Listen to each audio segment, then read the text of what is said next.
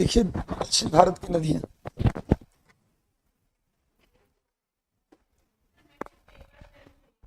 Paper pen ले लीजिए ना, अंदर से दे दीजिए जी। इतना डरना क्या है, आगे बैठ जाइए, आगे आ जाइए। नए विद्यार्थी आगे बैठिए ताकि समझ में हमारी बात ज्यादा है। गला बैठा रहता है पढ़ाने से, चिल्लाने से। वैकेंसी आ गया ना जी। और अब देखिए उसमें क्या, अब प्राइमरी में प्रधानाध्यापक का है, प्राइमरी में टीचर का है, ये तो अब देखना पड़ेगा भाई। डिटेल नोटिफिकेशन से पता चलेगा, क्योंकि उसमें भी लिखा है पिछड़ा वर्ग, अत्यंत पिछड़ा वर्ग समाज कल्याण विभाग के अंतर्गत प्रारंभिक प्रशिक्षित, बस इतने लिखा है, ऊपर प्रधानाध्यापक नहीं लिखा है। प्रशिक्षित माने वही डीएलएड, और क्या प्रशिक्षित होता है। तो देखिए अभी आने दीजिए नोटिफिकेशन पूरा डिटेल, तो पता चलेगा। दोनों अलग अलग होगा।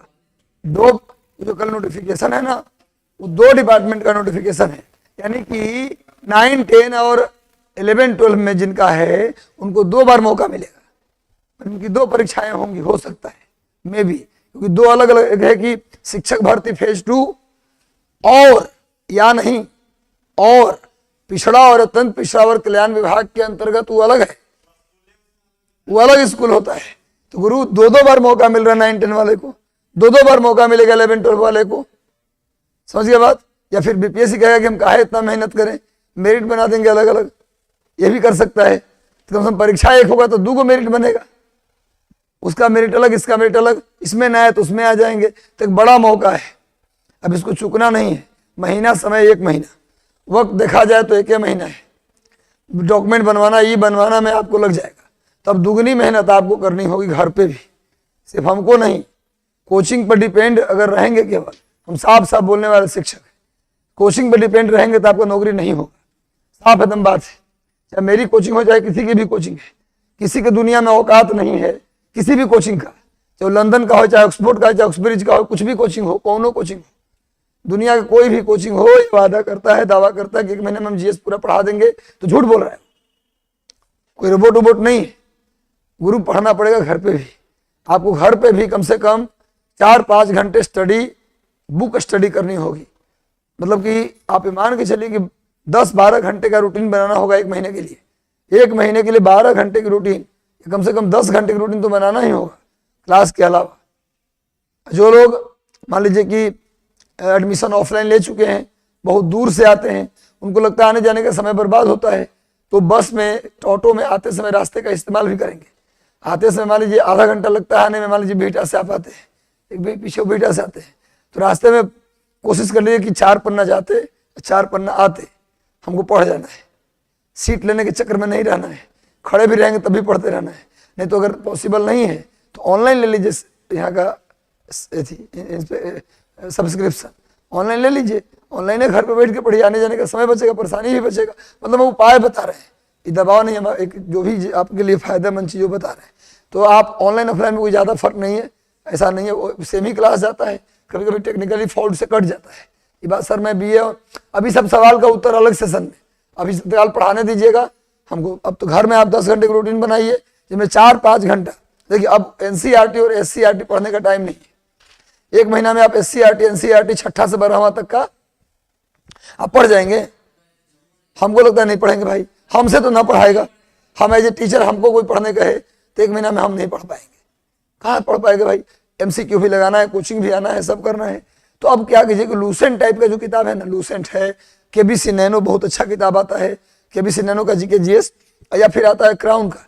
तो हमको क्राउन का थोड़ा लैंग्वेज लेंदी लगता है, लेकिन केबीसी नैनो या फिर लूसेंट, दोनों में से कोई एक किताब आप फॉलो कर सकते हैं। कोई एक, दोनों किताब मत ले लीजिएगा, लेकर के कोशिश कीजिए कि डेली उसमें से 25 पेज पढ़ जाना है। पेज, पन्ना नहीं, यानी 12.5 पन्ना रोज, 12.5 पन्ना, यानी पेज जानते ना, आगे पीछे मिला होता है। अरे वो तो भाई प्रीवियस पेपर है, ऑब्जेक्टिव क्वेश्चन है, वो तो लगाने हैं, वो अलग से है। लूसेंट का जो है जीके जनरल नॉलेज का किताब आता है, लूसेंट का सामान्य ज्ञान का किताब आता है। ग्रीन कलर, ब्लू कलर का कवर है उसका, येलो नहीं ब्लू। वो जो जीके जीएस वाला ऑब्जेक्टिव ना बोल रहे हैं, सब्जेक्टिव, उसका 25 पन्ना पेज, रोज कुछ नहीं कीजिए, बस ध्यान लगा के पढ़ जाइए। माने अगर 25 पेज रोज पढ़ जाएंगे तो लूसेंट एक महीना में 3 बार पढ़ जाएंगे। अगर 25 पेज रोज पढ़ाए लूसेंट तो एक महीना में 3 बार, और 3 बार अगर लूसेंट पढ़ा जाएगा तो अधिकतम बात आपको याद हो जाएगा। और नहीं हो याद होगा तो परीक्षा में अगर 4 गो ऑप्शन मिलेगा तो कुछ ना कुछ क्लिक करेगा दिमाग में कि ऐसा कहीं पढ़ा था। तो कुछ हम 25 बोले हैं तो हम कहिए 25 का है पढ़ेंगे, हम 35 पढ़ेंगे। 25 बोले हैं तो हम कितना पढ़ेंगे 35। वो बोले हैं महीना में 3 बार का टारगेट, हम महीना में 4 बार उसको पढ़ेंगे। उसके लिए आपको अलग से 4 घंटा समय, 3-4 घंटा निकालना पड़ेगा। तो 3-4 घंटा का वक्त निकाल, 4 घंटे नहीं, खाली रटना नहीं है, खाली सिर्फ पढ़ते चल जाना है। आपको लगेगा कि यार मैं तो भूलती जा रही हूँ, मैं तो भूलता जा रहा हूँ, ऐसा लगता है, बेकार फिर आगे बढ़ते जा रहे हैं। नहीं, आप पढ़ते जाइए, बढ़ते जाइए, भुलाते जाइए, फिर दोबारा आइए, फिर भुलाते जाइए। पहली बार में 20% याद, अगली बार में 40% याद, अगली बार में 70% याद, अब अगली बार में 100% याद।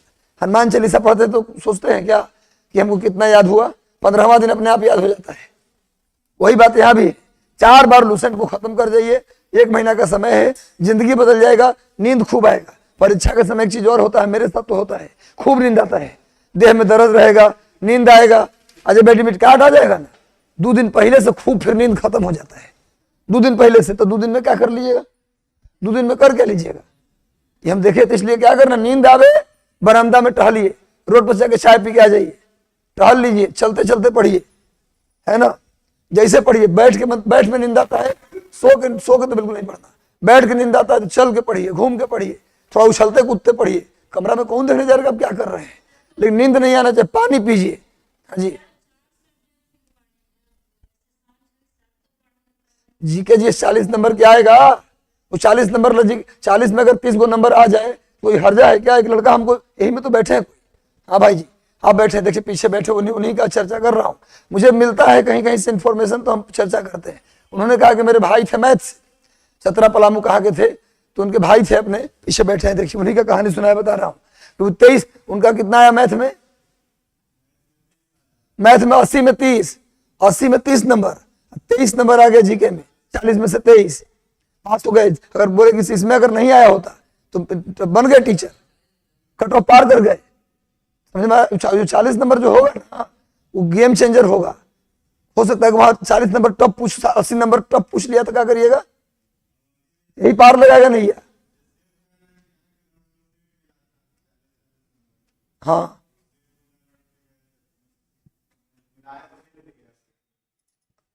ये भी बोले कि यहाँ से 10 वो सेट मिला था, ये पीछे बैठे हैं, वो उनकी चर्चा में बता रहा हूँ। तो गुरु 40 नंबर को इग्नोर मत कीजिएगा, हमको तो 80 नंबर के लिए पढ़ना है, ये सब पढ़ के क्या करेंगे, ये सब फेरा में मत रहिए। बिहार की भाषा में कहे तो ये सब फेरा में मत रहिए, पूरा पढ़िए। समझ में आ रहा है बात ना, हर जगह काम आता है। वो 40 नंबर में मैथो आएगा 5-6 को, और 5-6 को रीजनिंग आएगा। तो मैथ में कोशिश कीजिए कि 12 को 15 को जो आएगा उसमें से हमको 12 को बना देना है, 15 में से 12, अगर 12 आया तो कम से कम 8-9 हमको बना देना है उसमें से, ये भी चक्कर में रहना है। यानी 40 में से कोशिश करना है कि 25 पार रहे, कम से कम 25 पार रहे, तो 30 पार रहे तो कोई दिक्कत नहीं है, इतनी प्रैक्टिस करनी है। और उधर 80 नंबर, अब इधर मान लो आपका हिस्ट्री पॉलिटी है,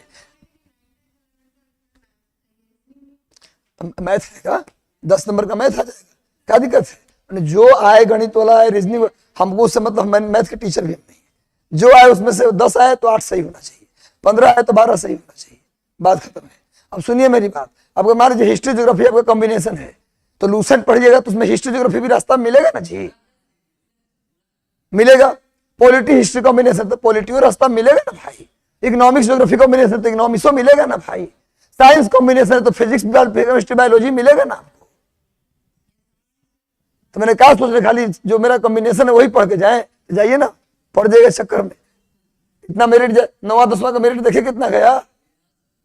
11-12 में तो ठीक है, लेकिन 9वां 10वां में बड़े बड़े लोग बाहर हो गए। इसलिए ये सब आप दोनों बैलेंस करके चलिए, बैलेंस स्टडी करेंगे तभी तो नौकरी होगा। न तो हम आपको हम खरा खोटा सुना रहे हैं, आपको मेरा बात उतना अच्छा नहीं लग रहा होगा, मैं मानता हूं, लेकिन जो बात बोल रहे हैं ना वो आपके फायदे की बात है। नौकरी होगा तो आके बोलिएगा कि सर आप बोले थे, हम किए, न किए होते तो हम तो डूबिए गए होते। अब सही है, उस समय बोल रहे थे, समझ आ रहा है बात। डूबना नहीं है, उबरने का उपाय बता रहे हैं, कैसे कैसे करना है काम। ठीक, तो चलिए, तो पूरा आज ही से, कल से नहीं, यहाँ से जाना है। और आज 35 पन्ना, हम 25 बोले, कम से कम 25 पेज 25 पेज आज पढ़ लेना है। अब प्लस डेली कम से कम 150-200 MCQ भी लगाना है। इसके अलावा 3-4 घंटा ही पढ़ने के बाद डेली 150-200, चाहे वो लूसेंट से लगा लीजिए MCQ, चाहे वो क्राउन से लगा लीजिए, MCQ कोई एक किताब से ही लगाना है, या फिर घटना चक्र से लगा लीजिए। पर घटना चक्र बहुत मोटा मोटा है, 4-5 वॉल्यूम, वो पॉसिबल नहीं है। 1 महीना में घटना चक्र लगा देना, सभी वॉल्यूम, इतना मोटा ज्योग्राफी, इतना मोटा हिस्ट्री, इतना मोटा पॉलिटी, जो बात आपके बस में वही बताऊंगा। लूसेंट का ऑब्जेक्टिव ले लीजिए, हो सके तो 2 आदमी पड़ोसी कोई अड़ोस पड़ोस में मिल जाए तो ग्रुप बना लीजिए, 150 क्वेश्चन कम से कम, हो सके तो 200-250 क्वेश्चन, खूब MCQ लगाइए। कैसे? पीछे से आंसर देख के पहले टिक मार लीजिए, आंसर देख देख के, और 3 बार पढ़ के रट, 3 बार 4 बार पढ़ के उसको रट जाइए। क्वेश्चन में टिक मार कर रट जाना है, उसको टेस्ट नहीं देना है।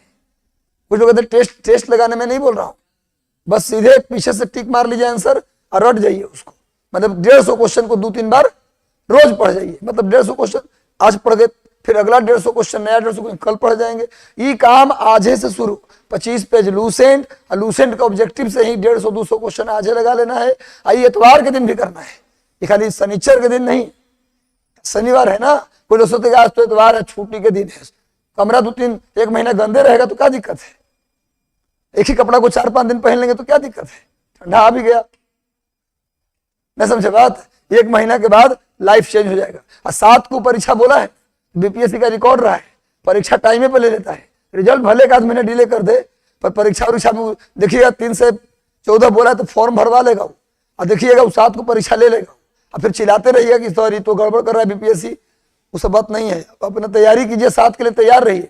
वो BPSC परीक्षा लेगा, आप रोते गाते रह जाइए, कुछ नहीं होगा, आपके कहने से डेट उट नहीं बदलेगा। इसलिए पढ़ना है आज से। अगर नौकरी चाहते हैं तो नींद आएगा, बोलबे कि नींदो खूब आएगा, लेकिन दौड़ना है, टहलना है, कमरा में चक्कर लगा रहे हैं 2-3 चक्कर, फोल्डिंग को बीच में कर लीजिएगा, उसी का 4-5 चक्कर लगा लीजिएगा, नींद नहीं आएगा। नहीं समझे बात? मैंने कुछ हो करिए, पागलपन टाइप का करिए, लेकिन इस बार नौकरी होना चाहिए। सेट प्रैक्टिस के लिए हम लोग टेस्ट सीरीज लॉन्च करेंगे, चाहे टाइम तो कम है, ज्यादा टेस्ट ले नहीं पाएंगे तो 8-10 टेस्ट हम लोग कोशिश करेंगे, 8 टेस्ट कम से कम या 10 टेस्ट हम लोग यहाँ दिलवाए। आप बैठ के यहाँ क्लासरूम में उसी फीलिंग के साथ टेस्ट दीजिए, ताकि आपको लगे कि नहीं परीक्षा दे रहे हैं। और प्रैक्टिस पेपर के लिए ले लीजिएगा, किरण का आता है, किरण का बहुत अच्छा आ रहा है अभी, उसका ले लीजिएगा। किरण का सब विषय में बनाया है प्रैक्टिस पेपर। अब बाकी देखिए यूनिक का भी आता है, मैंने प्रैक्टिस पेपर देखो, मार्केट में हमें किसी कंपनी को नहीं जानता मैं, वो किरण हमको याद आ गया, ऐसा नहीं को बहुत बढ़िया इसलिए बता रहे हैं। कोई भी मार्केट में आया है प्रैक्टिस पेपर तो उसको आप निकाल लीजिए, शिक्षक भर्ती के लिए फेज 2 के लिए, और उसको घर पे जाके प्रैक्टिस पेपर डेली लगा सकते हैं वो पेपर पर। ये सब काम जरूरी, प्लस क्लास में जो हम पढ़ा रहे हैं, जो टीचर पढ़ा रहे हैं, उसको उसी दिन याद कर लेना है, कल परसों नहीं छोड़ना है। आज का क्लास का काम आज ही रात तक हो जाना चाहिए। वो 25 पेज 150 क्वेश्चन को छोड़ के, समझे बात? एक टाइम कमे खाएंगे, जब ना हो तो घर से किसी को बुला लीजिए, दूरदार के रिलेटिव है उसको ही बुला लीजिए, 1 महीना रहो, हमको खाना बना के खिलाओ, मास्टर बन जाएंगे तो 2-3 महीना की सैलरी तुमको हम दे देंगे, या जब भी जरूरत होगा तुम्हारा जो भी बाल बच्चा है, तुम बेरोजगार हो, हम पढ़ा देंगे तुम्हारे बाल बच्चा को अपना पैसा से। करता है आप प्रलोभन दीजिएगा तब ना, कि तुम्हारा एग्रीमेंट करेंगे, तुम्हारा बाल बच्चा को हम अपना पैसा से पढ़ा देंगे, जाओ बुला लीजिए किसी को, अरे बुआ की लड़की, मौसी की लड़की, फूफा के किसी को बुला लीजिए भैया, क्या दिक्कत है? न ठीक है, कोई बात नहीं, अगर नहीं कर मिलाना पड़ता, कहा नहीं करता, मिला के बोलिएगा तब ना। चलिए आइए, छोड़िए भैया, ये आपका मैटर है भैया, आप समझिए, पर ये सब काम करिए। ये मैटर आपका ही, हमारा मैटर नहीं है। ये मैटर जो है ये आपका है, आप कैसे करिएगा ये आप समझिए। हम जितना बोले हैं उतना काम करना होगा। लड़की में भी खूब कंपटीशन है, इसलिए प्लीज करना पड़ेगा, ना करिएगा तो हम आप समझिए। चलिए भाई, क्या है, हम लोग लिखिए नया टॉपिक शुरू कर रहे हैं, बिल्कुल न्यू टॉपिक है, फ्रेश टॉपिक है। दक्षिण भारत की नदियां, river of south India, river of south India, river of south India, दक्षिण भारत नदियां में आप लिखिए कौन कौन नदी पढ़ेंगे। सबसे पहले चंबल, चंबल, माही, साबरमती, साबरमती, लूनी, बनास, बनास नदी का नाम लिख रहा हूं, लूनी, बनास, सिंध, बेतवा, केन, ये सब नदियां पढ़ेंगे इसी में। एक ही चित्र के अंदर सारी नदियां होंगी।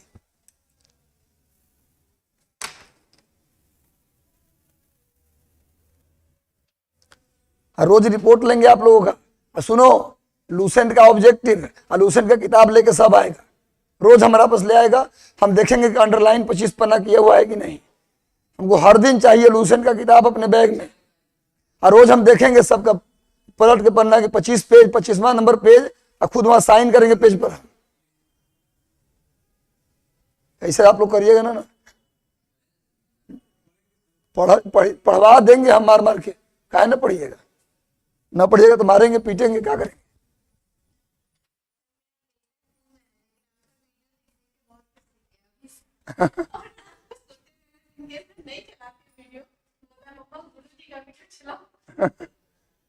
गुरु जी उसको आईएएस बनाइए, सिविल सेवा की तैयारी करवाइए।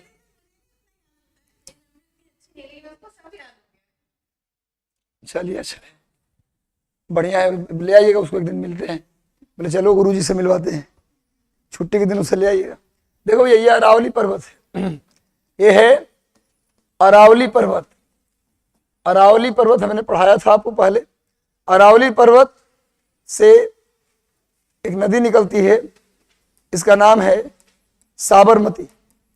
साबरमती नदी, साबरमती नदी अरावली पर्वत में एक झील है, ढेबर झील से निकलती है। ढेबर झील, अरावली पर्वत में ढेबर झील से निकलती है साबरमती नदी। साबरमती नदी के किनारे अहमदाबाद शहर है। अहमदाबाद जहां गांधी जी ने क्या किया था, साबरमती आश्रम की स्थापना की थी। भाई साबरमती नदी कहां से निकलती है बताओ? अरावली पर्वत के, बोलना है अरावली पर्वत के ढेबर झील से। साबरमती नदी कहां से निकलती है? अरावली पर्वत के ढेबर झील से निकलती है।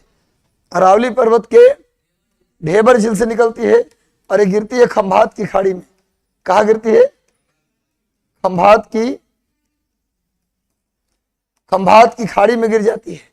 इधर मालवा के पठार से एक नदी निकलती है, इसका नाम है माही नदी। क्या नाम है? माही नदी। ये कहाँ से निकलती है? मालवा से निकलती है। मालवा से निकलती है माही नदी, और ये भी गिर जा, अभी देखते रहिए, बाद में बनाइएगा। माही नदी, और ये भी कहाँ गिर जाती है? खंभात की खाड़ी में गिर जाती है। आप जानते होंगे कि जो रेखा उत्तर में 23.5 डिग्री है, आपने सुना होगा कर्क रेखा, सुना है ना? विषुवत रेखा, कर्क रेखा, मकर रेखा, ये सब नाम सुने हैं। 23.5 डिग्री नॉर्थ में जो लाइन है उसको बोलते हैं हम लोग कर्क रेखा, और 23.5 डिग्री साउथ में जो लाइन है उसको बोलते हैं मकर रेखा। 23.5 डिग्री नॉर्थ को कर्क रेखा और 23.5 डिग्री साउथ को बोलते हैं मकर रेखा। तो हमारे देश से, भारत से एकमात्र कर्क रेखा गुजरती है, और कोई रेखा इंटरनेशनल लाइंस में जितने भी लाइंस है, Arctic Circle, Antarctic Circle, Tropic of Cancer, Tropic of Capricorn, equator, विषुवत रेखा, कर्क रेखा, मकर रेखा, आर्कटिक वृत्त, अंटार्कटिक वृत्त, जितने भी हैं उसमें से मात्र एक कर्क रेखा भारत से गुजरती है। कर्क रेखा, इंडिया से कौन सी रेखा गुजरती है? कर्क रेखा। और कर्क रेखा जो है वो क्यों बनाया? नदी में इसको बनाने की क्या जरूरत है? आप पूछेंगे सर रिवर में कर्क रेखा, मकर रेखा बनाने की क्या जरूरत है? दुनिया की एकमात्र नदी है माही नदी। माही नदी दुनिया की एकमात्र नदी है जो कर्क रेखा को 2 बार काटती है। माही नदी पूरे दुनिया की एकमात्र नदी है जो, लिखवाएंगे अभी, सुनिए सिर्फ, सब बात लिखवा देंगे। कर्क रेखा को 2 बार काटती है। उसी तरह से मकर रेखा है, पर मकर रेखा भारत से नहीं गुजरती। फिर भी अगर पूछा जाए मकर रेखा को 2 बार काटने वाली नदी कौन सी है, तो लिम्पोपो नदी। लिम्पोपो नदी मकर रेखा को 2 बार काटती है। लिम्पोपो अफ्रीका की नदी है।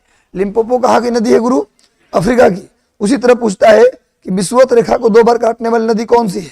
विषुवत रेखा को 2 बार काटने वाली नदी कौन सी है? तो आंसर होगा कांगो नदी। यही रख दो सामने। विषुवत रेखा को 2 बार काटने वाली नदी कौन सी नदी है? जो इक्वेटर को 2 टाइम्स काटती है, तो कौन है भैया? वो है कांगो नदी। तीनों बात याद रखना है। कौन नदी कर्क रेखा को 2 बार काटती है? माही नदी। कौन नदी मकर रेखा को 2 बार काटती है? लिम्पोपो नदी। और कौन सी नदी विषुवत रेखा को 2 बार काटती है? कांगो नदी। ये सब याद रखना, हम लिखवाएंगे भी, टेंशन मत लीजिए। तो माही नदी, इसी के आसपास एक पहाड़ी है जिसका नाम है जनापाओ हिल, जनापाओ की पहाड़ी। दक्षिण भारत की, नहीं सब लिखवा भी देंगे। जनापाओ की पहाड़ी से एक नदी निकलती है मध्य प्रदेश में। जनापाओ की पहाड़ी कहाँ है गुरु? तो इंदौर के पास। मध्य प्रदेश में जनापाओ की पहाड़ी कहाँ है? इंदौर के पास पड़ता है ये। और यहाँ से चंबल नदी निकलती है। कौन सी नदी निकलती है? चंबल नदी। हम सभी की विशेषता भी बताएंगे। चंबल नदी 3 राज्य से गुजरती है, मध्य प्रदेश, राजस्थान और उत्तर प्रदेश में आकर ये मिल जाती है यमुना से। किससे मिल जाती है? नदी कौन सी है? ये यमुना नदी है। ये यमुना नदी है। यमुना नदी में एक जगह है इटावा, उत्तर प्रदेश में एक प्लेस है इटावा। इटावा के पास चंबल नदी, इटावा के पास यमुना में मिलती है। यानी चंबल नदी पूछा जाए कितने राज्यों से गुजरती है? 3 राज्य से। कौन कौन? मध्य प्रदेश, राजस्थान और उत्तर प्रदेश। मध्य प्रदेश के इंदौर के निकट जनापाओ की पहाड़ी से चंबल निकलती है और वहां से निकलकर एमपी, उसके बाद राजस्थान, उसके बाद उत्तर प्रदेश में इटावा के पास यमुना में मिल जाती है। मैं बताऊंगा, इधर एक जगह है मालवा के पठार पर ही, मालवा के पठार से ही एक नदी और निकलती है। इस नदी का नाम है माही नदी। क्या नाम है गुरु? माही नदी। सॉरी, माही नहीं, सॉरी, लूनी, क्षिप्रा नदी, सॉरी। कौन सी नदी है भैया? क्षिप्रा नदी। क्षिप्रा नदी, क्षिप्रा नदी कहाँ मिल जाती है? चंबल में। क्षिप्रा किस में मिलती है? क्षिप्रा का नाम आप सुने होंगे। क्षिप्रा जो है उसके किनारे एक शहर है उज्जैन। क्षिप्रा नदी के किनारे कौन सा जगह है गुरु? उज्जैन। नाम सुना है? उज्जैन। मालवा के पठार पर ही इंदौर है, मालवा के पठार पर ही उज्जैन है, मालवा के पठार पर ही भोपाल है। उज्जैन, भोपाल और इंदौर, ये तीनों फेमस सिटी है मध्य प्रदेश का। मध्य प्रदेश का फेमस शहर में जबलपुर भी है, पर जबलपुर पूर्वी क्षेत्र में आता है, पश्चिमी क्षेत्र में नहीं आता। जबलपुर पूरब में आता है और पश्चिम में मालवा का पठार है। और मालवा का पठार इसलिए प्रसिद्ध है कि यहाँ 3 प्रमुख शहर हैं, इंदौर, भोपाल और उज्जैन। इंदौर के बारे में तो आप जानते ही होंगे, लगातार छठी बार भारत का सबसे साफ सुथरा शहर घोषित हुआ है। इस बार का करंट में भी जान जाइए आप, लगातार छठी बार इस साल भी इंदौर भारत का सबसे साफ सुथरा शहर घोषित हुआ है। इंदौर में ही इस बार प्रवासी भारतीय सम्मेलन भी हुआ है। इंदौर में इस बार प्रवासी भारतीय सम्मेलन हुआ है और इंदौर में एशिया महादेश का सबसे बड़ा बायो सीएनजी प्लांट लगाया जा रहा है। एशिया महादेश का सबसे बड़ा बायो सीएनजी प्लांट कहाँ लग रहा है गुरु? इंदौर में लग रहा है। और इंदौर में लता मंगेशकर का म्यूजियम भी बन रहा है। लता मंगेशकर जो हमारे देश की सुर कोकिला, उनका क्या बन रहा है? म्यूजियम बनाया जा रहा है इंदौर में। इंदौर लगातार कई बार, छठी बार भारत के साफ सुथरा शहर घोषित हुआ है। इंदौर में एशिया महादेश का सबसे बड़ा बायो सीएनजी प्लांट लगाया जा रहा है। और इंदौर में इस बार प्रवासी भारतीय सम्मेलन भी हुआ है। इंदौर के निकट ही जनापाओ की पहाड़ी से चंबल निकलती है और चंबल में कौन मिल जाती है आकर? क्षिप्रा नदी। क्षिप्रा नदी के किनारे कौन सा शहर है? उज्जैन शहर है। और उज्जैन को कौन नहीं जानता? महाकाल नगर बोलते हैं उसको। भगवान महाकालेश्वर मंदिर है। कहते हैं कि शिव जी के 12 ज्योतिर्लिंग। भारत में शिव जी के कितने ज्योतिर्लिंग हैं? 12। उनमें से एक ज्योतिर्लिंग महाकाल भी है। जैसे बैद्यनाथ धाम, देवघर, वो भी ज्योतिर्लिंग में ही आता है। काशी विश्वनाथ भी ज्योतिर्लिंग में आता है। इसके अलावा चले जाइए भीमशंकर और त्र्यंबकेश्वर, ये दोनों महाराष्ट्र में है। और मध्य प्रदेश में 2 ज्योतिर्लिंग, एक महाकाल उज्जैन और दूसरा ओंकारेश्वर। उसी का श्री शैलम मल्लिकार्जुन आंध्र प्रदेश में, रामेश्वरम तमिलनाडु में, फिर केदारनाथ उत्तराखंड में। ये सब क्या है? ज्योतिर्लिंग में आते हैं। तो एक ज्योतिर्लिंग शिव जी का है उज्जैन में। और उज्जैन में महाकाल मंदिर तो है ही, और साथ ही साथ यहाँ कुंभ का मेला भी लगता है। आपको बता दें, भारत में 4 स्थान है। ये सब कहानी सुन लीजिए केवल।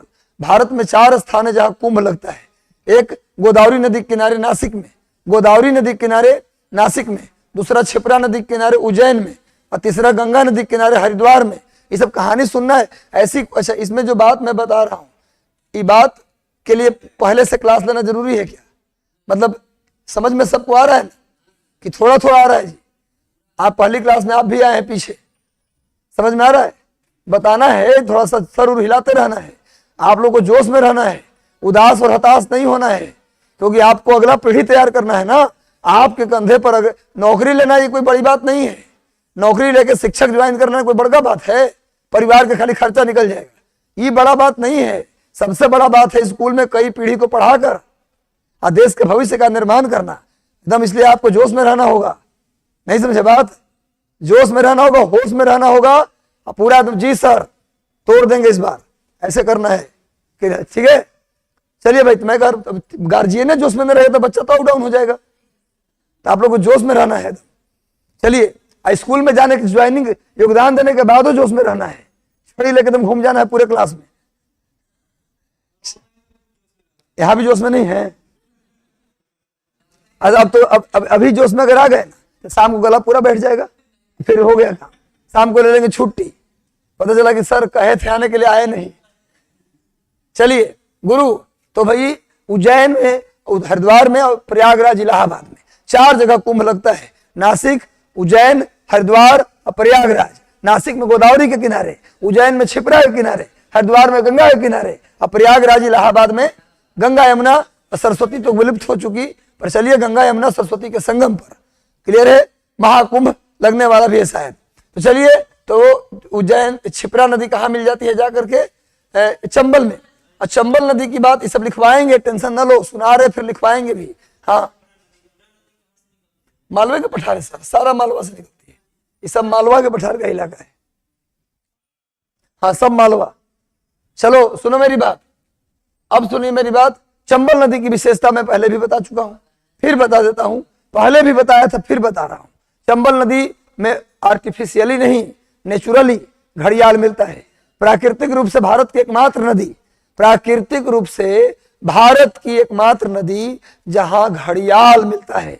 घड़ियाल, घड़ियाल मगरमच्छ की एक प्रजाति होता है। जैसा मगरमच्छ होता है ना, उसी में लंबा लंबा चोंच वाला एलिगेटर जिसको बोलते हैं, जिसका चोंच नहीं हो, पूरा मुंह लंबा हो, उसको बोलते हैं हम लोग मगरमच्छ।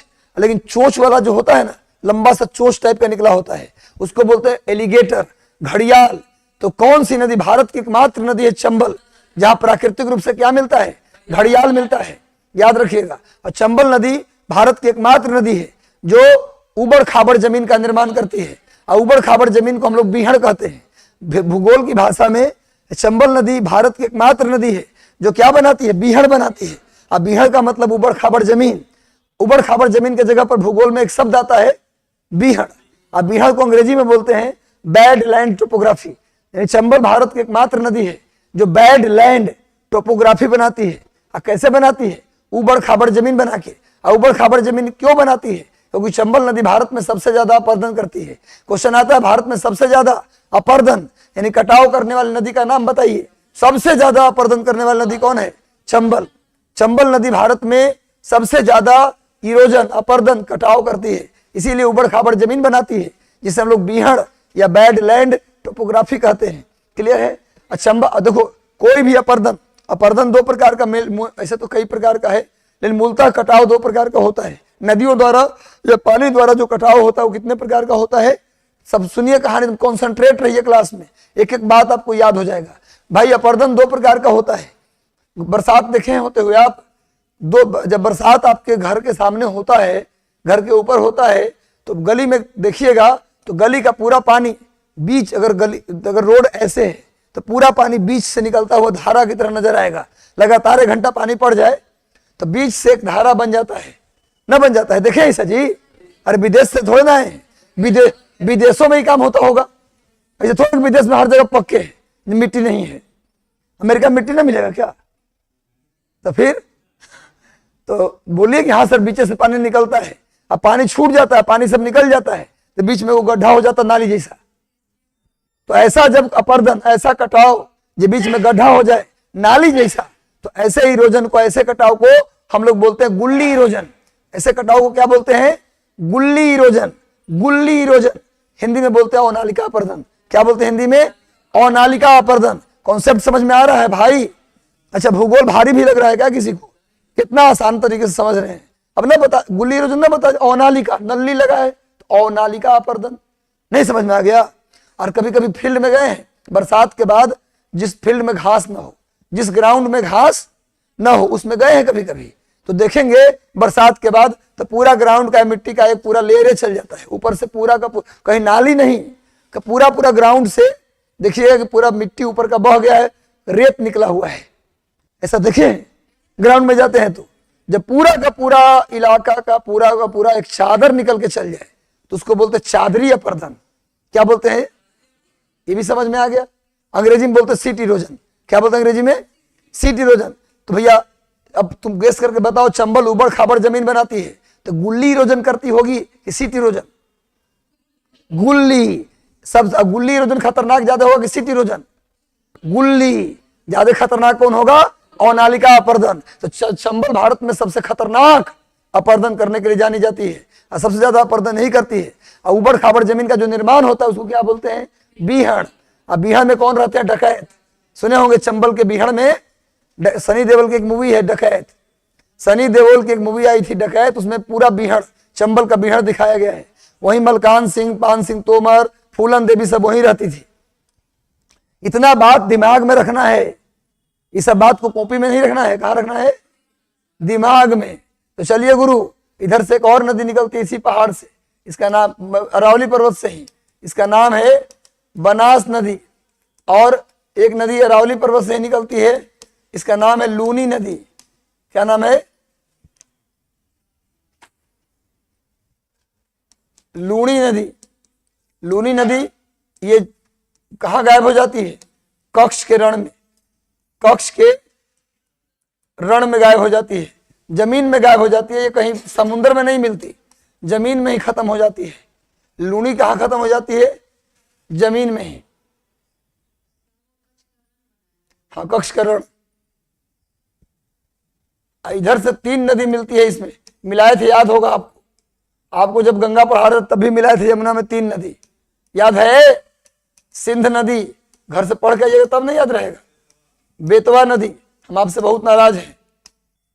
केन नदी, सिंध, बेतवा और केन।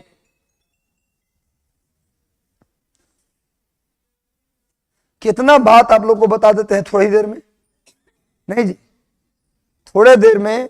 लेकिन आप लोग इसको पहला क्लास है या 5वां क्लास से मतलब नहीं है।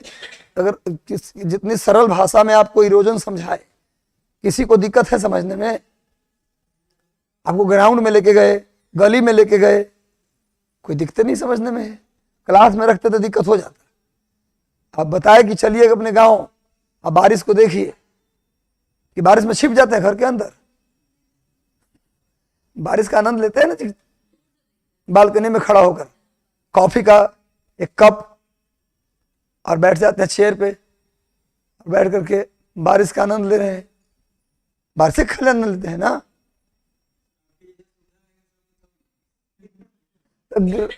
रोड पे निकल के किनारे छज्जा के नीचे खड़ा होकर पी लीजिए, तो जरूरी बालकनी में पियेंगे? क्यों जी? अब बारिशों देखने के लिए, नेचुरल चीज को देखने के लिए घर होना जरूरी है कि मेंटलिटी होना जरूरी है? नहीं जी, रन में आके गिर रही है। पता है आपको, बनास जो है ना, इतिहास के टीचर पढ़ाएंगे आपको, बनास नदी के किनारे ताम्र पाषाण युग का विकास हुआ था। ताम्र युग और ताम्र पाषाण युग का विकास, बनास नदी फेमस है। मध्य प्रदेश ताम्र पाषाण युग का अवशेष 3 जगह से न मिला है, महाराष्ट्र, मध्य प्रदेश और राजस्थान। महाराष्ट्र ताम्र पाषाण युग का अवशेष 3 जगह से मिला है। एक तो बनास नदी के आसपास, और फिर उधर मध्य प्रदेश में जाइए तो आहड़ नदी के आसपास, और उधर जाइएगा महाराष्ट्र में इनाम गांव के आसपास। समझ रहे बात? तो कभी भी ताम्र पाषाण युग का स्थल पूछे तो आराम से मध्य प्रदेश, महाराष्ट्र और राजस्थान का क्षेत्र दिखा देना है डार्क करके, कि यही क्षेत्र है जो जहां पर ताम्र युग या ताम्र पाषाण युग के लोग रहते थे। काहे? क्योंकि इसी क्षेत्र में सबसे ज्यादा तांबा मिलता है। सबसे ज्यादा तांबा जो है ना, वो बिहार और राजस्थान और बिहार और झारखंड और बंगाल में नहीं मिलता, इसी क्षेत्र में तांबा मिलता है। तो ताम्र पाषाण युग के लोग फिर बिहार में काहे रहेंगे? हो गया ये सब। देखो, कभी भी हिस्ट्री को ज्योग्राफी से जोड़ के आप पढ़ेंगे तो आपको जिंदगी में कभी दिक्कत नहीं होगी। अब इतिहास को खाली इतिहास पढ़ेंगे तो दिक्कत हो जाएगा। अब इसको पता नहीं कि तांबा मिलता था इस क्षेत्र में, तो ताम्र पसानी को ढूंढेगा असम में जाके, असम में भी, तो असम में तांबा ही ना, तो कहां से वहां विकास हो जाएगा ताम्र पसान युग का। हो गया, समझ गया बात। लूनी ऐसी जमीने में खत्म हो जाती है, ये कोई समुद्र उमंद्र में नहीं गिरती, न किसी नदी में गिरती है। तो बताए थे एक दिन हम कि जो नदी जमीन में गायब हो जाए, खाली मूर्ति इधर बैठ के देखते रहिए हमको, उसको बोलते हैं हम लोग अंतःस्थली नदी, है ना। कल से स्टैचू बननी है ना, बड़ा सा मंगवाएंगे, वो छड़ी एकदम सटासट कोई हो, बॉयज गर्ल्स कोई हो, हम तड़ देना शुरू करेंगे। याद न रहा पीछे वाला क्लास तो, और फिर घुसाइएगा, भाग जाइएगा, कोई दिक्कत नहीं, जाइए, मुझे कोई फर्क नहीं पड़ता है। अब 100 गो नालायक बच्चा से अच्छा कि 10 गो लायक बच्चा रहे, क्या दिक्कत है, जाइए घर जाइए, जहां नालायकी करना वहां एडमिशन ले लीजिए, काहे लीजिएगा, क्या जी। चलिए, हमको मास्टर बनते देखना है ना। हो गया। कल लूसेंट वाला किताब हमारे पास चाहिए, वो 25 पन्ना पढ़ा हुआ, अंडरलाइन चाहिए हमको। अगर ना रहा ना कि निकलते समय जल्दी जल्दी में 4-5 पन्ना में अंडरलाइन मारे, अब पहुंच गए, तो किसका बिगाड़ लीजिएगा। अगर ऐसा करिए तो किसका बिगड़ेगा, नहीं, दोनों। वो बता, इनसे पूछिएगा, पड़ोसी से, आप के आने से पहले ही चर्चा कर चुके हैं, होमवर्क वाला जाते समय बता देंगे, ठीक। कल किताब चाहिए, नहीं तो कुछ बांस वाला छड़ी नहीं होता है, वो मंगवा रहे हैं कटवा के आज। हाँ, एकदम सीधे सट जाएगा, वो गर्म पानी से सेकना पर उल्टा हाथ करवा के पीटेंगे। चलिए, हो गया। 10 दिन पीट लिए ना तो आपका जिंदगी पर बदल जाएगा, लाइफ चेंज हो जाएगा, है? 5 दिन में बदल जाएगा। चलिए, हो गया, समझ गए बात। ये जो जगह है ना सिंध बेतवा के, ये कहां से निकल रही है, बुंदेलखंड से। ये कहां से निकल रही है, बुंदेलखंड, लिख लो। सिंध बेतवा और केन नदी कहां से निकलती है, बुंदेलखंड से। बस इसको बनाइए, फिर थोड़ा मोड़ा बात लिखवा भी देंगे। थोड़ा सा स्पीड अपना बढ़ाइएगा, जानते हैं इसको अब 1 महीना का समय है, उतारने वाला स्पीड थोड़ा फास्ट रखिएगा, ये मेरा आपसे आग्रह है, हाथ जोड़ के विनती भी है।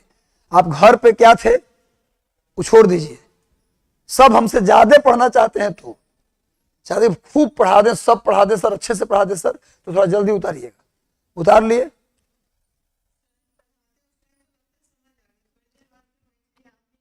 कोई बात नहीं। अब बताइए, गुल्ली इरोजन कौन इरोजन करती है, चंबल नदी।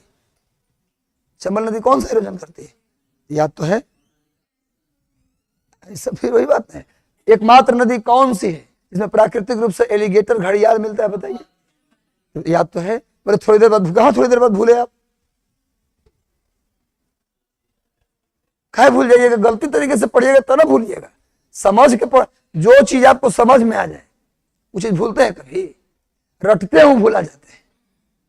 अगर समझ में आ गया, दिमाग में बैठ गया, वहां पर भूत रहता है रात में 10 बजे के बाद, तो नहीं जाएंगे वहां, नहीं जी।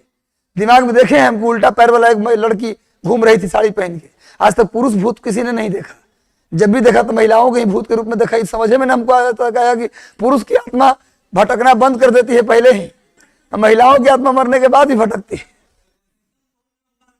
हाँ, लेकिन पुरुष जो है, पुरुष की आत्मा कभी भटकता, वो तो बेचारा, उसको मोक्ष जिंदगी में मिल जाता है। वो लाइफ में उसकी वाइफ जो है उसको भटका देती है इतना ज्यादा कि बेचारा भटकते भटकते थक जाता है, अंत होता कि अब हमको नहीं भटकना, चलो मुक्ति मिला, जा रहे हैं हम। चलिए आगे आइए, चलो हो गया। उज्जैन के पास कुछ नदी दिखा है, क्षिप्रा नदी, जगह कम था, हो गया ना। तब लिखिए कुछ पॉइंट लिखिए, मिटाएंगे नहीं, टेंशन ना लो, ब्रेक में इसको पीछे करके देखते रहना। लिखो पहला पॉइंट लिखो, माही नदी विश्व की एकमात्र नदी है। माही नदी विश्व की एकमात्र नदी है। माही नदी विश्व की, थोड़ा स्पीड, माही नदी विश्व की एकमात्र नदी है जो कर्क रेखा को 2 बार काटती है, जो कर्क रेखा को 2 बार काटती है, जो कर्क रेखा को 2 बार काटती है, जो कर्क रेखा को 2 बार काटती है। इस क्लास को हम करने जा रहे हैं 7 बजे से, ठीक है ना, कर दें तो फिर कुछ लोगों का पूरा छूट जाएगा। चलिए लिखो, अगला लिखो लिम्पोपो नदी। लिम्पोपो भी लिखिए लीजिए, अब साथ में लिख रहे हैं तो तीनों रिवीजन हो जाना चाहिए। लिम्पोपो, लिम्पोपो, लिम्पोपो 2 बार पोपो, लिम्पो नहीं लिम्पोपो। लिम्पोपो नदी विश्व की एकमात्र नदी है जो मकर रेखा को 2 बार काटती है। लिम्पोपो नदी विश्व की एकमात्र नदी है जो मकर रेखा को 2 बार काटती है। लिम्पोपो नदी विश्व की एकमात्र नदी है जो मकर रेखा को 2 बार काटती है। लिम्पोपो नदी विश्व की एकमात्र नदी है जो मकर रेखा को 2 बार काटती है। लिम्पोपो बगल में कर देना, अफ्रीका की नदी है, अफ्रीका ब्रैकेट में डाल दीजिए ताकि आपको ढूंढने में दिक्कत ना हो। अफ्रीका लिख लिए, अफ्रीका लिख दिए। अगला लिखो कांगो नदी। अब लिखो कांगो। कांगो नदी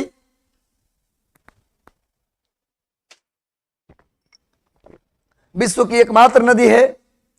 कांगो नदी विश्व की एकमात्र नदी है जो विषुवत रेखा को 2 बार काटती है। कांगो नदी विश्व की एकमात्र नदी है जो विषुवत रेखा को 2 बार काटती है। कांगो नदी विश्व की एकमात्र नदी है जो विषुवत रेखा को 2 बार काटती है। अगला पॉइंट, कांगो नदी लिख, बोल तो रहो एक बार और बोलो, लिखो। कांगो नदी विश्व की एकमात्र नदी है जो विषुवत रेखा को 2 बार काटती है। चलिए अगला पॉइंट, चंबल नदी भारत की एकमात्र नदी है। चंबल नदी, जिसको जिसको डाउट होगा जी ढीठ बन के पूछिएगा, उसके लिए हम कभी डांटेंगे नहीं, पूछने के लिए नहीं डांटेंगे। न समझ में आए 5 बार हमसे पूछो, न डांटेंगे, हम कभी चिढ़ेंगे नहीं, लेकिन याद न करके वो तब पीटेंगे। देखो क्या लिखे, चंबल नदी भारत की एकमात्र नदी है जहां प्राकृतिक रूप से घड़ियाल मिलता है। जहां प्राकृतिक रूप से घड़ियाल मिलता है। नहा मत लीजिए कूद के, नहीं तो पता चला एलिगेटर पैर पकड़ के ले गया नीचे। नहीं जी, चंबल में आप कूद मत जाइएगा, सही बात। चंबल किनारे बैठिएगा ना, हम देखे हुए हैं, तो 2-3 मैंने आधे घंटे के अंदर आपको घड़ियाल दिख जाएगा। हाँ मुश्किल है भाई, पर रील भी तो बढ़िया बनेगा। ऐसे घड़ियाल कूदेगा, उसमें रील बनाइए, भले ही जान चली जाए। हैं, ऐसा होता ही है, कई लोग एडवेंचरस काम करते रहते हैं, तभी तो व्यू जाएगा मिलियन में। चलिए आगे आगे आओ, नेक्स्ट आओ। हाँ भाई क्या है, हाँ अब लिखो आगे। चंबल नदी भारत में सबसे अधिक अपरदन करती है। चंबल नदी भारत में सबसे अधिक अपरदन करती है। चंबल नदी भारत में सबसे अधिक अपरदन करती है। ये सब रिवीजन करने के लिए लिखवा दे रहे हैं, ठीक ना, क्यों भाई, ताकि आपको घर पे भी कोई। चंबल नदी भारत में सबसे अधिक अपरदन करती है। अपरदन न समझ में आ रहा तो लिखो कटाव करती है। चंबल नदी भारत में सबसे अधिक, अब कब तक कटाव से काम चलाइएगा, अपरदनों लिखा करिए कभी कभी। अब चंबल नदी भारत में सबसे, अपरदन लिख के कटाव ब्रैकेट में कर देना, कटाव करती है। देखिए यह औनालिका अपरदन अधिक करती है। औनालिका अपरदन, यह नदी औनालिका अपरदन करती है। यह नदी औनालिका अपरदन करती है। औनालिका समझ रहे हैं ना, नली जैसा अपरदन। यह नदी औनालिका अपरदन करती है। यह नदी औनालिका अपरदन करती है। अवनालिका अपरदन करती है। अगला पॉइंट जल्दी से लिखिए, चंबल नदी इंदौर के निकट जनापाओं के पहाड़ी से निकलती है। भाषा में भी लिखवा देता हूं गुरु। चंबल नदी इंदौर के निकट, कल क्यों नहीं आए थे आप विद्यार्थी, पीछे आप तो नहीं आए, आप तो नहीं आए थे, ये भी नहीं आए थे, आपका पीछे देख रहे हैं। हाँ कल आए थे आप, अच्छा कल आप आए थे, मेरी क्लास में आप नहीं थे, हम ही को बोल दिए कल आप नहीं आए थे। वाह, हमारे क्लास में नहीं थे। हम देखो, मेरा जो नजर है ना, आप मेरे नजर से नहीं बच पाएंगे। 300 का भीड़ होता था पिछला टीचर भर्ती में, हम एक एक बच्चा को बोल देते थे तुम कल नहीं आया था। बच के नहीं निकल सकते आप, कि उजला उजला कपड़ा पहन के 4 आदमी आए तो पकड़ाएंगे नहीं, पकड़ा जाइएगा, काहे नहीं आए थे? अच्छा चलिए लिखिए आगे। अब मैसेज को दोष दे दिए। आपकी क्लास कितनों बजे मैसेज आए? 8 बजे यहाँ चलेगा। चलिए भाई, चंबल नदी इंदौर के निकट जनापाओं के पहाड़ी से निकलती है। इंदौर के निकट जनापाओं के पहाड़ी से निकलती है, लिख लिए। और इटावा के पास उत्तर प्रदेश में यमुना में मिल जाती है। और इटावा के पास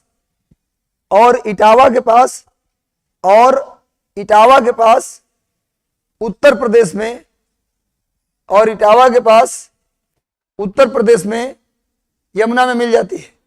इटावा के पास उत्तर प्रदेश में यमुना में मिल जाती है। इटावा के पास उत्तर प्रदेश में यमुना में मिल जाती है। अगला पॉइंट जल्दी से चलिए।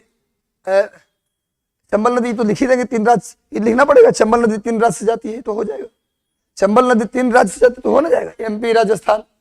ये तो लिखवाने की जरूरत है नहीं, क्या जरूरत? लिख लो भाई, चंबल नदी 3 राज्य, मेन नदी से लिखवा देता हूं। चंबल नदी 3 राज्य मध्य प्रदेश, राजस्थान और उत्तर प्रदेश से होकर जाती है। आप लोग ऐसे हमको देखने लगते हैं, लिखवाना पड़ता है। चंबल नदी मध्य प्रदेश, राजस्थान और उत्तर प्रदेश से होकर जाती है। चंबल नदी मध्य प्रदेश, राजस्थान और उत्तर प्रदेश से होकर जाती है, लिख लिए। अगला पॉइंट लिखो, लूनी नदी अंतःस्थली नदी का उदाहरण है। लूनी नदी अंतःस्थली नदी का उदाहरण है। अंतःस्थली मतलब बताए हैं, देखो 3 तरह के नदी होता है। अंतःस्थली नदी का उदाहरण है, देखो लूनी नदी अंतःस्थली नदी का उदाहरण है। सुनो, नदी 3 तरह की होती है। एक नदी ऐसी जो सीधे समुद्र में जाए, ऐसी नदी जो सीधे समुद्र में जाए, और ऐसी नदी जो नदी में किसी नदी में मिले, और एक ऐसी नदी जो जमीने में गायब हो जाए। जो जमीन में गायब हो जाए उसे अंतःस्थली नदी, और जो समुद्र में जाए उसे बाह्यस्थली नदी, और जो किसी नदी में मिले सहायक नदी, ट्रिब्यूटरी। जो किसी नदी में मिले सहायक नदी, समुद्र में जाए बाह्यस्थली, और जमीने में खत्म हो जाए अंतःस्थली। समझ में आ रहा है कि नहीं आ रहा है?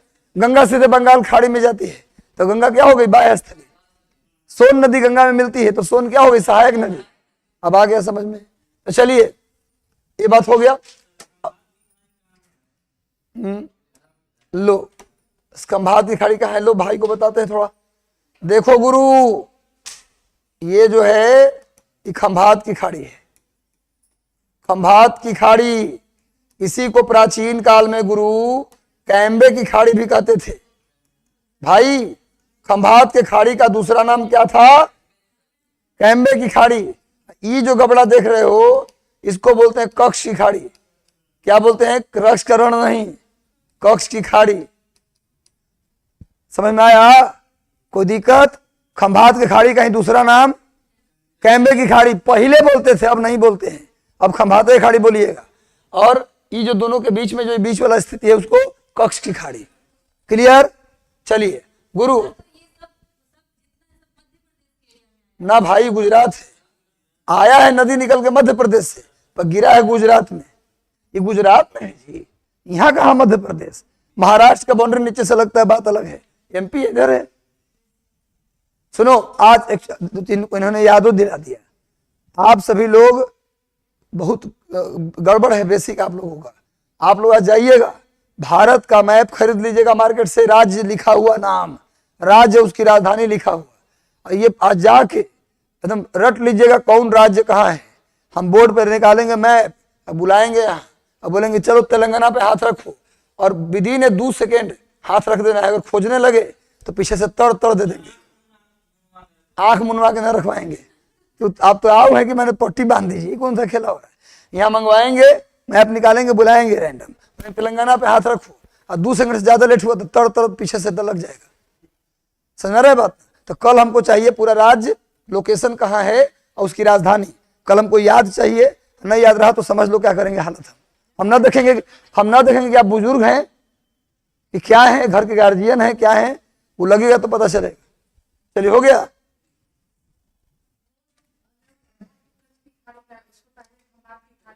पे खंभात की खाड़ी को कैम्बे की खाड़ी कहते थे, कच्छ की खाड़ी अलगे है। कहाँ हैं आप? हो गया। अब सुनो भाई, इधर आ जाओ गुरु। अब इस पे डैम बना लो। एक डैम चंबल नदी पे है और 3 गो डैम चंबल पे ही है राजस्थान में। भाई चंबल नदी पे 4 गो बांध है, 3 गो राजस्थान वाले पार्ट में। डैम के नाम वहां ना लिखेंगे, काहे टेंशन ले रहे हैं। डैम का खाली यहाँ नंबर दे दीजिए, 1, 2, 3 और 4। ऑनलाइन वाला सुन लो, तुम लोग को भी राजधानी करना है ना तो कैमरा में अंदर घुस के मारेंगे। सुनो, चंबल नदी पे 4 गो डैम बनाओ, 1 गो मध्य प्रदेश में बनाओ, अब बाकी 3 गो राजस्थान में बनाओ। 1 गो मध्य प्रदेश में बनाओ और बाकी 3 गो राजस्थान में बनाओ। और नंबरिंग कर दो 1, 2, 3, 4, ताकि वहां लिखना ना पड़े, लिखेंगे बाहर। देखो नंबर 1 पे लिखो क्या है। अरे खाली 4 गो बक्से बनाना है, उसमें भी रुकिए सर।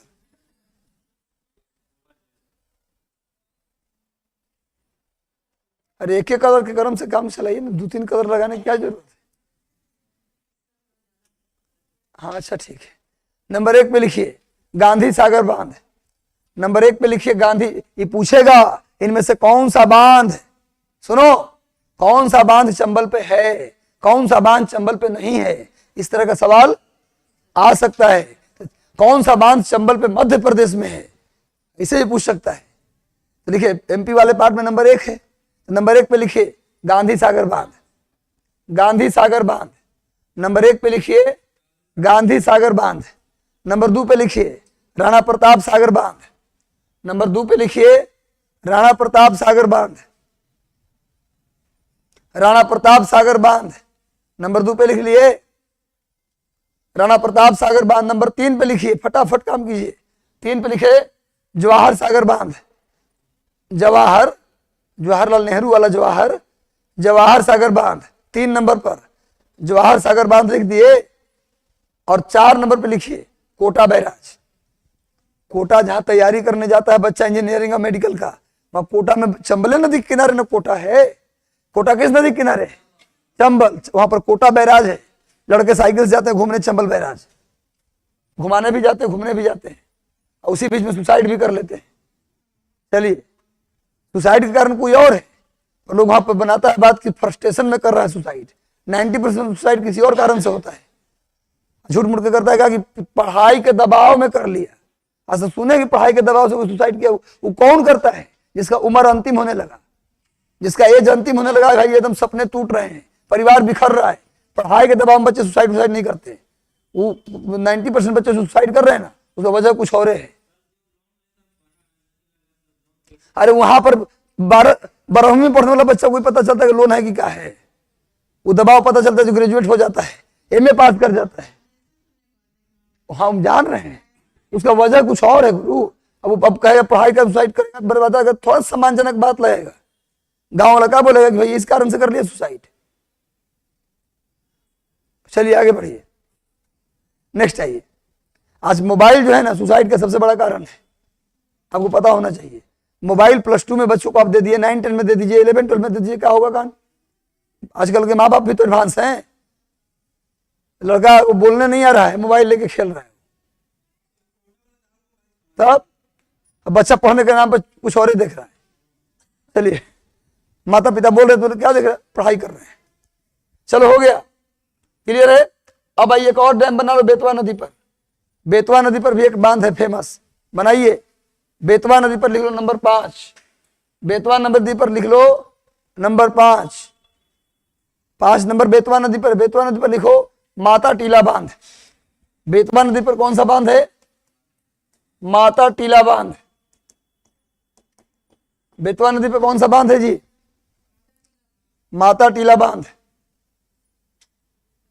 हो गया, माता टीला बांध। पेज कैसे चेंज होगा? अच्छा यहां से, चलिए हो गया। ये पेज सुरक्षित है, आपको कुछ छूटेगा तो दोबारा इसको आप कर दे सकते हैं, कोई दिक्कत नहीं है। यहां से होगा, आप यहां से जाइएगा ना तो आ गया पुराना पेज पे। अब अगला पेज पे हम आ गए हैं, ठीक है। चलिए चलिए हो गया। अब आइए आप लिखिए चंबल नदी के बाद कुछ और नदियों का समूह। देखिए नर्मदा, नर्मदा, ताप्ती, सोन, स्वर्णरेखा, जोहिला, ये सब नदी एक ही फोटो में आएगा। ये सब नदियों का नाम एक ही चित्र में आ जाएगा। अगला चित्र जो बनाएंगे, जोहिला, रिहंद, रिहंद, तवा, उकाई, ये सब एक ही चित्र में सारे आ जाएंगे।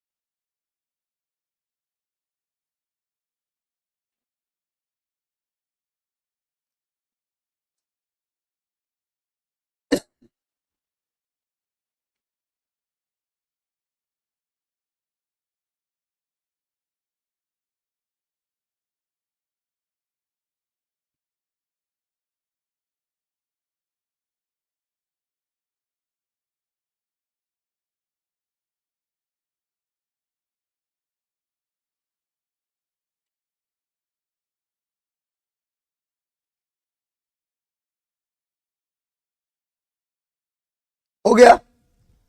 चलिए इन सब नदियों को एक ही चित्र में करना है हमको। देखो मध्य प्रदेश और छत्तीसगढ़ की सीमा पर, एमपी और छत्तीसगढ़ की सीमा पर एक पहाड़ी है जिसका नाम है अमरकंटक। क्या नाम है गुरु? अमरकंटक। अमरकंटक से, अमरकंटक से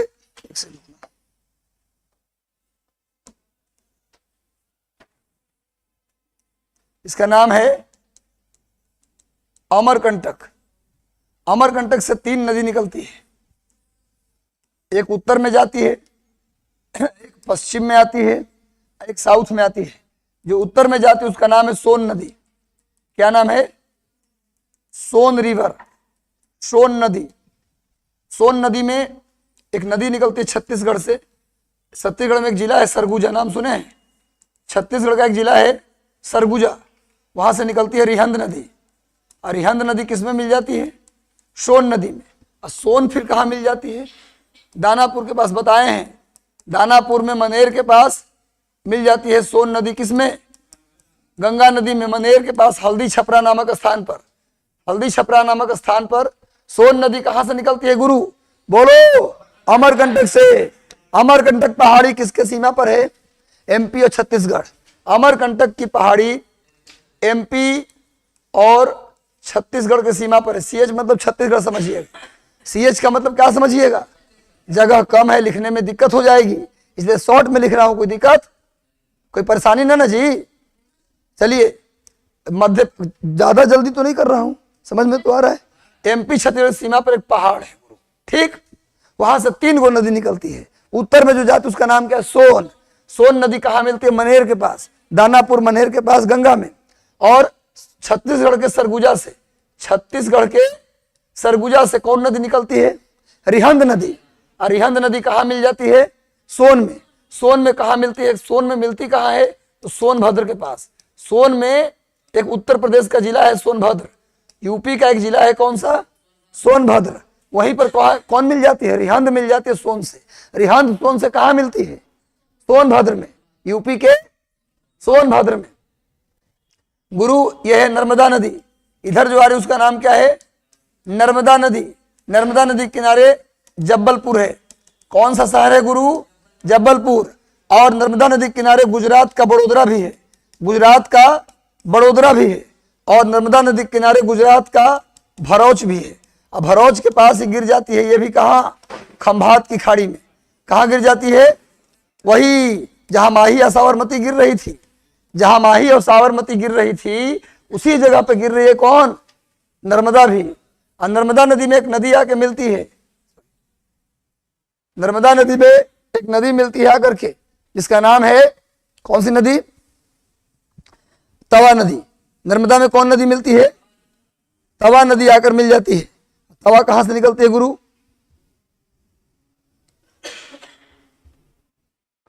तवा कहां से निकलती है? मध्य प्रदेश के छिंदवाड़ा जिले के चेरका ठोरी एक जगह है मध्य प्रदेश में। चेरका ठोरी एक जगह है, वहां से कौन निकलती है?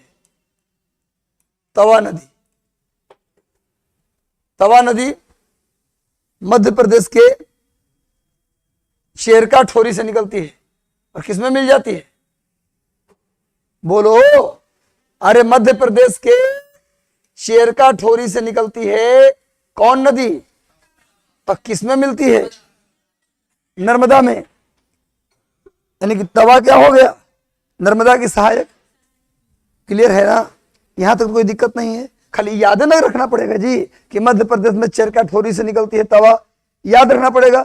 अब सुनिए, यहां पर एक जगह है बैतूल डिस्ट्रिक्ट, मध्य प्रदेश का एक जिला है बैतूल जिला, और उसमें एक जगह है मुलतई। बैतूल जिला में एक जगह है मुलतई। मुलतई मध्य प्रदेश के किस जिले में है? मध्य प्रदेश के किस जिले में है? बैतूल जिला में है। एमपी के बैतूल जिले के मुलतई से निकलती है एक नदी, इस नदी का नाम है ताप्ती नदी। कौन सी नदी? ताप्ती नदी। ताप्ती नदी मुलतई, ताप्ती नदी के किनारे सूरत है, गुजरात का सूरत। सूरत तो सब जानते होंगे। और ये भी कहाँ गिरती है? बोलो, कहाँ गिरती है? इसका मतलब भारत के कई गो नदी खंभात खाड़ी में गिरती है। भारत की कितनी नदियां खंभात की खाड़ी में गिरती है? 2 गो साबरमती माही और 2 गो नर्मदा ताप्ती, यानी कुल 4 नदी है जो खंभात की खाड़ी में गिरती है। भारत में कितनी नदियां खंभात की खाड़ी में गिरती हैं? 4, नर्मदा, ताप्ती और साबरमती माही। याद हो गया ना? अरे याद हो गया। बोलो, कौन कौन नदी खंभात की खाड़ी में गिरती है? साबरमती माही, नर्मदा ताप्ती, साबरमती माही, नर्मदा ताप्ती, साबरमती माही, नर्मदा ताप्ती। यानी क्या? साबरमती माही, नर्मदा ताप्ती, A70। पर ये ज्यादा मुश्किल हो जाएगा, छोड़िए, झूठ मूठ ट्रिक बनाने से क्या फायदा, जब ऐसे याद हो गया भाई। अजंता की पहाड़ी से एक नदी निकल के आती है महाराष्ट्र में, उसका नाम है उकाई नदी। क्या नाम है गुरु? उकाई नदी। उकाई नदी निकल के आती है अजंता की पहाड़ी से। अजंता की पहाड़ी से आती है उकाई।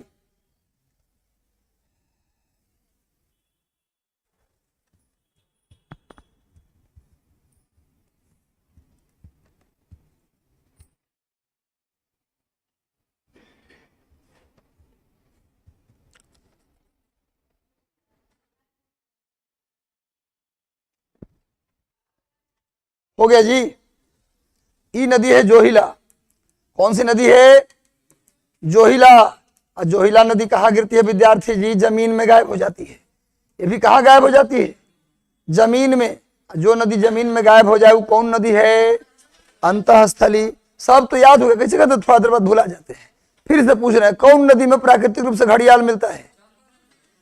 सबसे ज्यादा उत्पादन नदी करने वाली नदी चंबल। सब तो याद हो गया। चंबल नदी कितना राज्य से जाती है? 3 राज्य से। बताइए कौन नदी है जो कर्क रेखा को 2 बार काटती है? माही। अब मकर रेखा को 2 बार लिम्पोपो, अब विषुवत रेखा को 2 बार कांगो। सब याद है गुरु। चलते चलते बतियाते बतियाते याद कर लीजिए। पढ़ाई के रूप में पढ़ाई नहीं करना, बतिया के पढ़ना है। चलो, टीचर लेट हो गया क्लास आने में, तो एक आदमी नेता बन जाना है, पूछना है सबसे, बोल बोल के सबको बताना है, खुद भी पढ़ना है। मेरे की आधा घंटा लेट हो गया टीचर, तो यार ये बहुत गड़बड़ बात है, मास्टर रोज लेट आता है। करना है ना, आप बन जाइए उसमें लीडर। चलिए, इस क्लास का मॉनिटर आपको मैं घोषित करता हूँ, और छड़ी ले, जब तक मैं ना हूं छड़ी आपके जिम्मे रहेगा। और सबको बोले, सब बोलो जी पीछे से। चलिए, आज से आपको दे दिए इस क्लास की मॉनिटरिंग का भार प्रभार। हम नहीं आएंगे तब तक हमारी छड़ी की जिम्मेवारी आप रखेंगे।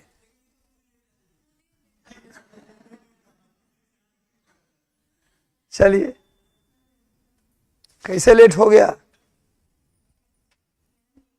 आज पहला क्लास, कोई बात नहीं, नया दिन और पहले आना चाहिए। चलिए, अरे मुल्तई एगो जगह के नाम है, बैतूल जिला में एगो जगह है मुल्तई, बैतूल में एक जगह है मुल्तई, वहीं से ताप्ती नदी निकलती है और ताप्ती निकल के जाती है और कहाँ मिल जाती है? खंभात की खाड़ी में। किसके पास? सूरत के पास। कहाँ गिरती है ताप्ती नदी? खंभात की खाड़ी में। कहाँ गिरती है? सूरत के पास। अच्छा, इस समझ में नहीं आ रहा आप लोगों को? जो नदी हम पढ़ाए ना, वो नदी नहीं मिलने वाला कहीं ना जी। क्या?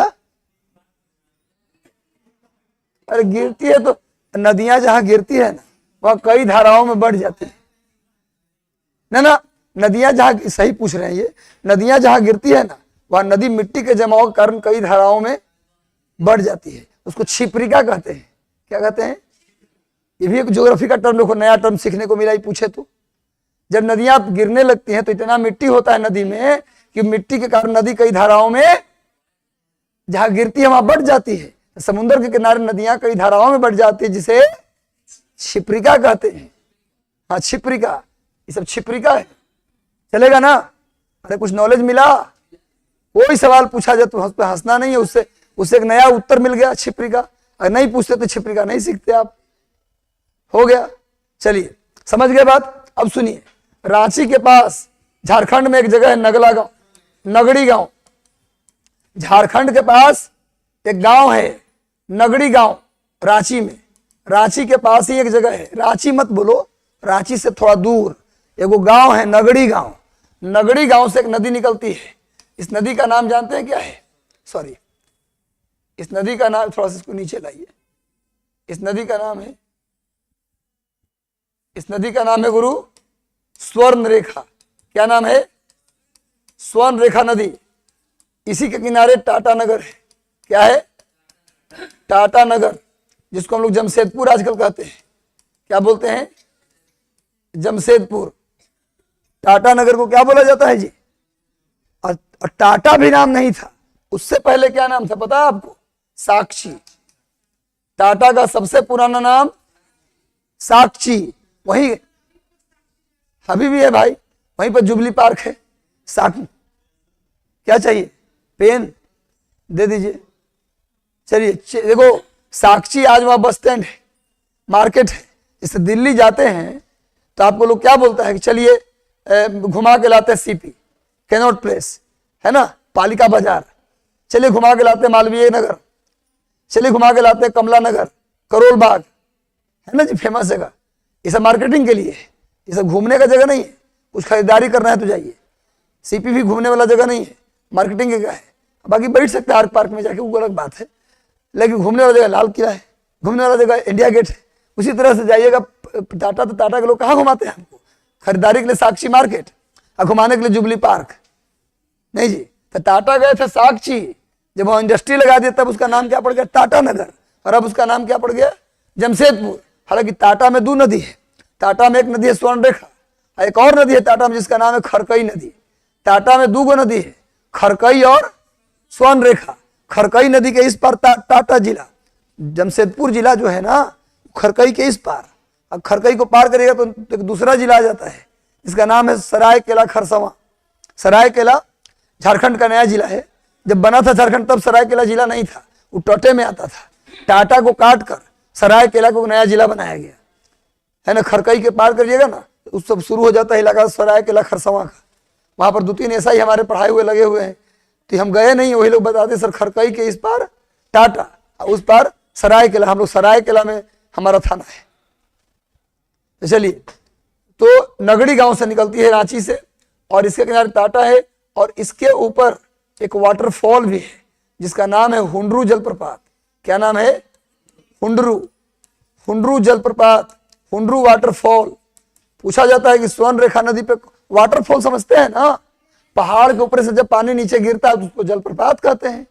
प्रपात माने गिरना, जल माने पानी, तो गिरेगा ऊपर ही से ना। पहाड़ के ऊपर से सीधे पानी नीचे गिर रहा झरना की तरह, उसको क्या बोलते हैं? जलप्रपात। छोटा है तो उसको क्या बोलेंगे, झरना। नहीं एकदम छोटा है, घर वाला तो सावर नहीं। लेकिन गांव वाले लोग आए तो क्या बोलता है कि बड़ा बढ़िया मकान बना है, झरना भी लगा हुआ था। वो सावर नहीं बोलते, वो झरने कहते हैं। नहीं जी। तो भैया हुंडरू जलप्रपात किस नदी पर है, स्वर्ण रेखा। और ये गिरती है कहां, बंगाल की खाड़ी में। स्वर्ण रेखा कहां गिरती है, बंगाल की खाड़ी में गिर जाती है। क्लियर है। जितना नाम लिखे थे नदी का सब नदी हो गया। दामोदर तो कल बताइए दिए थे गंगा में, दामोदर की चर्चा तो गंगा में हम करिए लिए थे। कौन न लिखवाए ना, ठीक है, हो गया ना, सब नदी हो गया ना। ई में जो नाम जो नदी का लिखवाए थे सब नदी बन गया।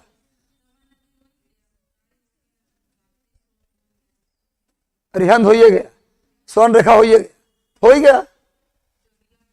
हाँ हिसाब किताब बराबर है ना। चलिए टाइम हो गया है।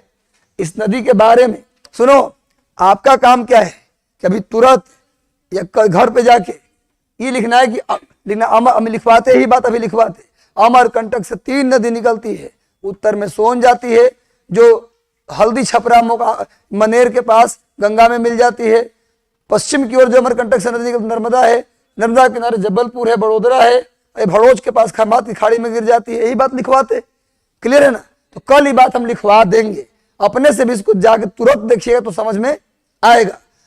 और कल हम लोग की जो कल हम क्लास लगवाएंगे, संडे भी हमारी क्लास कल हमारी क्लास लगेगी। कल हिस्ट्री की भी क्लास उनकी लगे, सर की मेरी क्लास ज्योग्राफी की कल लगेगी। हमको हर हाल में नदी, इस हफ्ते नदी खत्म करने के बाद एक नया चैप्टर की शुरुआत भी करना है। तो कल हमारी क्लास होगी, ठीक है। संडे उंडे नहीं बनेगा हमारा, 1 महीने हमारा संडे का छुट्टी कैंसिल, दिवाली का छुट्टी कैंसिल, छठ का छुट्टी भी कैंसिल, हमारी छुट्टी कैंसिल, अपनी भी आप कर लीजिए, ठीक है। लगाएंगे भाई लगाएंगे। कैसा लगा आज का क्लास? आप तो भी आए हैं तो आपसे नहीं पूछेंगे हम, लेकिन आप लोग जो बैठे हैं जो नए बच्चे, आप बताइए आपको जी। चलिए समझ में आया ना। मतलब एकदम जोश में रहना है, जुनून में रहना है। नौकरी होगा जरूर होगा, और नहीं भी होगा तो हम ऐसे बनेंगे, ऐसे राजा बनेंगे, और नहीं होगा तो महाराजा बनेंगे। कुछ उसकी भी चर्चा कर देंगे, ठीक। आज होगी हिंदी की क्लास मैं लूंगा। हिंदी 6 to 8, 9, 10, 11, 12 जहां भी आएगा वो पूरी क्लास हमारी जिम में है। और शानदार तरीके से पढ़ाऊंगा, टॉप लेवल का पढ़ाऊंगा। एक सवाल बाहर नहीं जाने दूंगा, ये हिंदी में दावा कर रहा हूं। अब भूगोल, जिनका 11, 12 तक भूगोल है वो हम अकेले हैंडल करेंगे। भूगोल और हिंदी मेरा अपना विषय रहा है, मैं पढ़ाऊंगा। हिस्ट्री भी हम पढ़ाएंगे, पॉलिटिक्स सर पढ़ाएंगे, जो आते हैं वो पढ़ाएंगे। अच्छा ठीक है, देखते हैं। अब जानते हैं इतना लोड हमारे ऊपर पड़ जाएगा ना, फिर हम संडे के संडे